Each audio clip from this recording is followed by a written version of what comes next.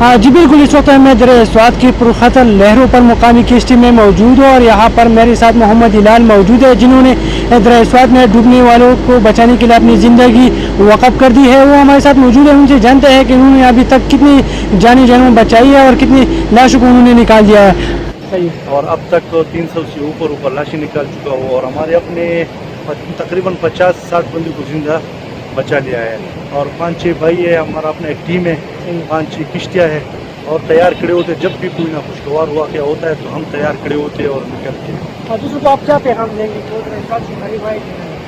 بالکل جی، میں تو ان جو باہر سے آئے ہوئے سیاح ہے یا مقامی لوگ ہیں، آئے ادھر بیٹھے سیر کا مزہ لے، لیکن ادھر نہانے سے پرہیز کرے کیونکہ انتہائی خطرناک ہے اور جان لیوا ہے۔